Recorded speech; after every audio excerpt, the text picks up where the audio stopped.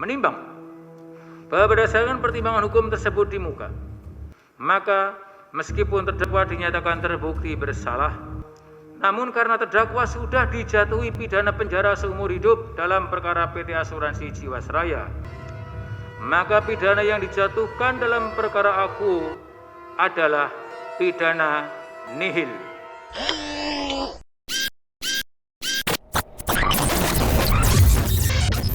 Ada yang panas hari ini. Nampaknya pembicaraan kita sebelumnya, di materi yang sebelumnya Kang, bahwa koruptor ini kayaknya nggak bisa mati deh. Ini iya tidak bisa mati dengan hukum, harus disantet kayaknya. Karena kemarin baru ada lagi satu kabar baru, ada yang dinihilkan dari cerita babat baru dari babat Jiwasraya dan kroni-kroninya yang bergumul di dalam untuk mengumpulkan pundi-pundi rupiah. Ini gimana sih cerita lanjutan dari Jiwasraya dan kenihilan hari ini? Ya, jadi kasus yang sekarang itu yang baru vonis nihil ya. Vonis nihil istilahnya vonis yang tanpa ada pidana penjaranya. Ini dijatuhkan kepada Beni Cokro. Beni Cokro itu terjerat dalam dua kasus. Pertama kasus Jiwasraya kerugian 16,7 triliun. Kemudian yang kasus kedua itu terkait dengan kasus Asabri. Nilainya 22,7 triliun. 22,7 triliun. Nah, di kasus yang pertama, kasus Jiwasraya, Beni Cokro itu divonis di tingkat akhir Mahkamah Agung hukuman seumur hidup. Seumur hidup. Nah, kemudian setelah mengambil duit, ngemplang duit berapa? Itu sekitar 6,8 triliun. 6,8 triliun seumur hidup. Wah, 22 triliun harus lebih gede dong. Harusnya lebih gede. Jadi sebenarnya ini juga menihilkan, vonis nihil ini menihilkan harapan masyarakat ya. Masyarakat dan juga mungkin jaksa penuntut umum ya. Jaksa penuntut umum kan menuntut untuk Beni Cokro di kasus Asabri ini adalah vonis mati, hukuman mati. Tuntutan jaksa vonis mati. Hukuman mati. Hukuman mati. Apa vonisnya hakim, Kang? Hukuman hakim hari ini adalah hari ini itu adalah vonis nihil. Nihil. Nihil.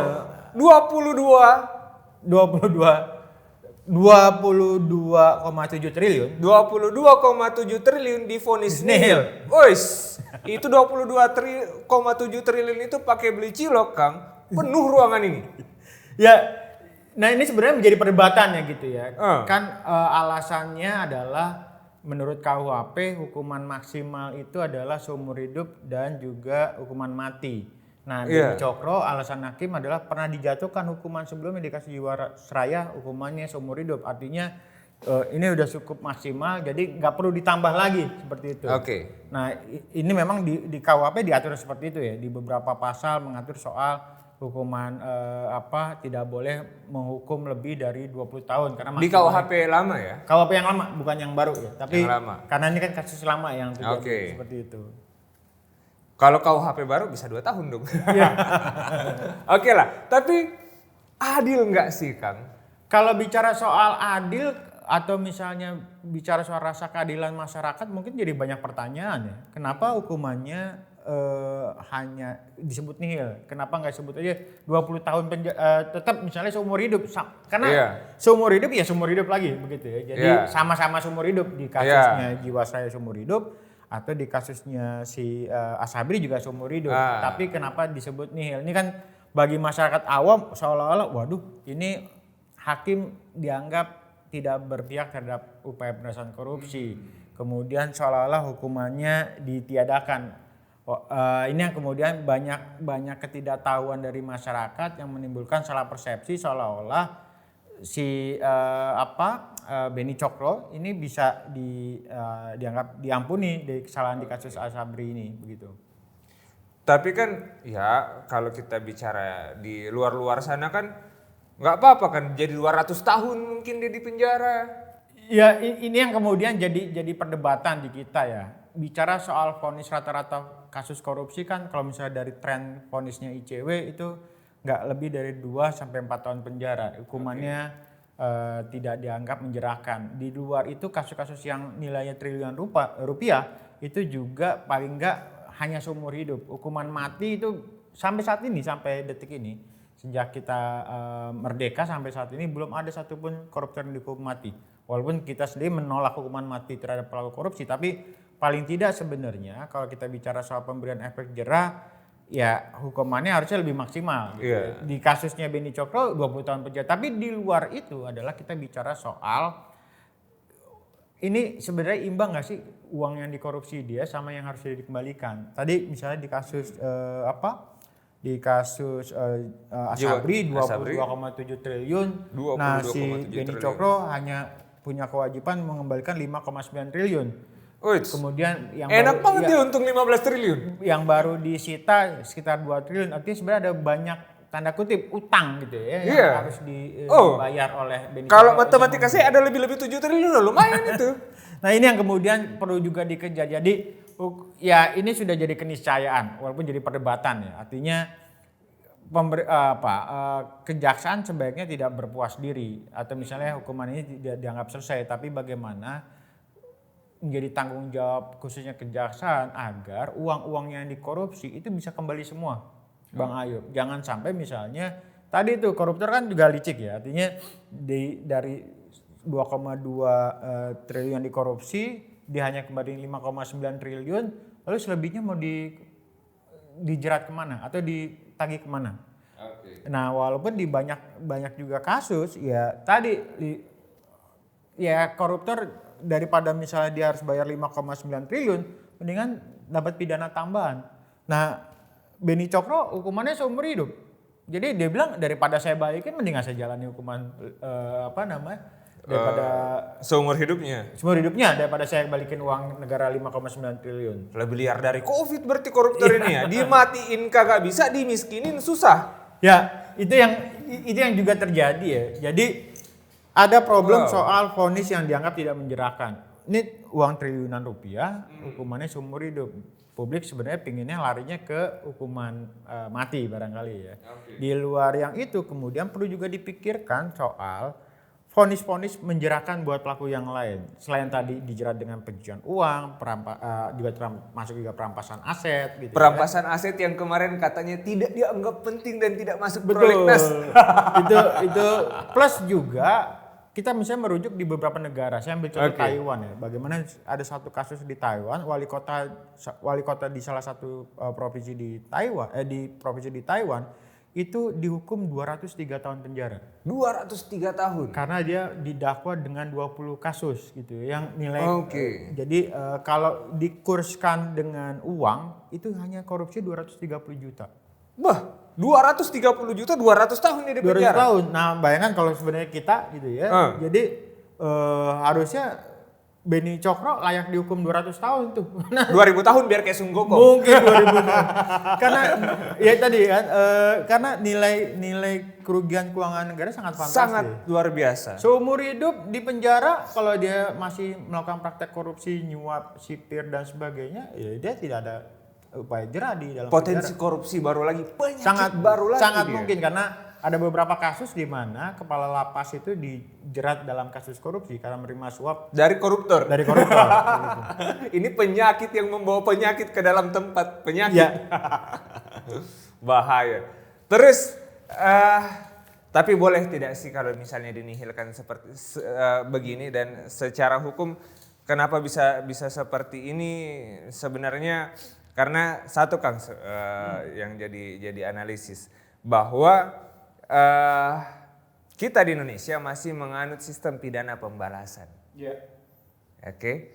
Jadi pembalasannya terhadap seseorang yang melakukan kejahatan menurut KUHP lama paling lama adalah seumur hidup. Kalau sudah seumur hidup tidak bisa lebih lagi daripada itu. Karena seumur hidup atau hukuman mati. Kalau seumur hidup dulu berarti dia tidak bisa dihukum mati. Itu dalam perspektif lama. Nah, harusnya kan ada gaya baru. Kalau misalnya bisa dihukum mati, ya matikan saja daripada jadi penyakit baru tambahan di tengah masyarakat. Dan untuk memperbaiki stigma penegakan hukum kita yang sedang rusak-rusak ini. Artinya itu harusnya yang didorong sebagai upaya memperbaiki suatu sistem hukum yang rusak akibat suatu perbuatan korupsi di masa depan. Ini salah satunya itu, bahwa kita perlu sudut pandang baru dalam proses penegakan hukum. Selain hanya membalas yang 20 tahun itu yang rasanya tidak membalas sama sekali. Kalau bisa 20 tahun biar kayak Sun Gokong dia tobat sekalian kan. Habis itu cari kitab ke barat dia. Gimana Kang? Untuk Jiwasraya ini. Sebanyak 22 triliun ini bagaimana seharusnya dia dipidana dan seharusnya apa yang dilakukan negara untuk memperbaiki masalah seperti ini ke depan selain jaksa yang harus berbenah diri? Ya ini kan nilai kerugian yang sangat fantastis. Ini mungkin masuk 10 top 10 ya kasus korupsi yang nilai kerugian keuangan negara paling besar ya. Jiwasraya, Asabri yang ini juga dilakukan oleh Beni Cokro, direktur di Hanson Indonesia. 10 perkara korupsi paling besar, nomor 10 bikin kaget. Ya, Beni Cokro. Beni Cokro salah satunya. Jadi yang Siap. nilai kerugian keuangan negara kalau digabung itu hampir sekitar 38 triliun. Uts. Jadi Asabri dan juga kasusnya Jiwasraya. Nah, yang IKN jadi itu Kang. yang perlu dipikirkan adalah bagaimana mengembalikan uang-uang hasil korupsi itu kembali ke kas negara istilahnya. Jadi duit itu kan kalau digunakan buat kemakmuran rakyat, pembangunan puskesmas dan juga layanan publik itu kan pastinya sangat bermanfaat. Nah, menjadi tantangan terbesar ya tadi selain mungkin saya rasa jaksa harus melakukan upaya hukum ke tingkat banding karena hukumannya itu dinihilkan. Nah, yang lain juga soal bagaimana misalnya mengembalikan uang-uang itu. Jadi kalau bicara soal tadi aset, baru sebagian aset Beni Cokro yang disita oleh negara. Selebihnya itu kemudian menjadi PR bagi kejaksaan untuk mengembalikan kerugian keuangan negara itu kembali ke kas negara. Tracing dan pemiskinan berarti menjadi salah satu solusi di masa depan. Betul, karena dari beberapa survei gitu ya, atau misalnya dari beberapa wawancara, koruptor itu lebih takut dimiskinkan daripada dihukum sebanyak-banyaknya gitu, Bang. Okay. Daripada 20.000 tahun penjara lebih baik dimiskinkan berarti dia. Jadi kalau 20 tahun penjara tapi dia masih bisa bayar atau suap petugas, ya dia masih dalam posisi yang merdeka, Bang Ayub. Jadi tidak ada efek jera buat pelaku. 20.000 tahun jangan taruh di penjara Kang, taruh di Gunung Huako dia. Oke. Berarti pemiskinan adalah salah satunya. Jadi pemiskinan lewat misalnya saat ini kan sedang didorong RUU perampasan aset. Hasil kejahatan termasuk juga korupsi ya. Okay. Nah, sayangnya ini nggak jadi prioritas dalam artian kayaknya kalau kita lihat DPR pemerintah kelihatannya nggak terlalu serius ya. Jadi mungkin beda dengan Perpu Cipta Kerja yang ada Jadi alasan kegentingan mendesak, kegentingan memaksa gitu ya. Kemudian dipercepat. Bayangkan kalau misalnya RUU perampasan aset ini dibuat Perpu, koruptor ketar-ketir tuh, Om. Siap. Kemudian kayak Beni Cokro, kemudian nggak mungkin akan berleha-leha misalnya atau pelaku-pelaku korupsi yang lain misalnya pastinya akan berpikir ulang tuh kalau untuk melakukan praktek korupsi. Jadi selain dihukum maksimal, dia juga akan dihukum pemiskinan. Artinya bahwa kasus Beni Cokro ini seharusnya bisa mendorong atau bisa menjadi kondisi darurat penanganan tindak pidana korupsi. Betul. Jadi kegentingan itu yang kemudian ini kan ini tidak akan memberikan efek jera, kemudian korupsi kan harusnya dianggap sebagai kegentingan sebuah negara ya. Utamanya dalam kasus Beni Cokro ini harusnya kan kegentingannya adalah kita perlu hukuman yang benar-benar membuat seorang koruptor merasa jera selain daripada penjara itu sendiri. Ya kalau pemerintah bisa bikin Perpu soal Cipta Kerja, kenapa nggak bisa bikin Perpu soal RUU perampasan aset? Harusnya. Kalau bisa, DPR merasa itu, kalau DPR merasa itu tidak penting, ini penting. Kalau kita menyatakan bahwa pentingnya karena di Cipta Kerja pentingnya karena pengusaha butuh, masyarakat lebih butuh untuk uangnya diselamatkan dengan membuat koruptor ini menjadi memiliki efek takut untuk melakukan tindak pidana korupsi. Sehingga kita harus sama-sama dorong ini kayaknya. Ini hadiah, putusan dinihilkannya satu perkara yang harusnya seseorang dihukum mati ini seharusnya menjadi jalan dan hadiah posisi darurat bagi presiden untuk mengeluarkan perpu perampasan aset kalau misalnya dianggap memang itu penting. Kita berharap itu bisa didorong oleh pemerintah. Tetap satu visi kita sama-sama, saya Aib Kadria, Kang Eson. Ya, makasih. Sampai jumpa di perjuangan melawan korupsi berikutnya. Please leave a message.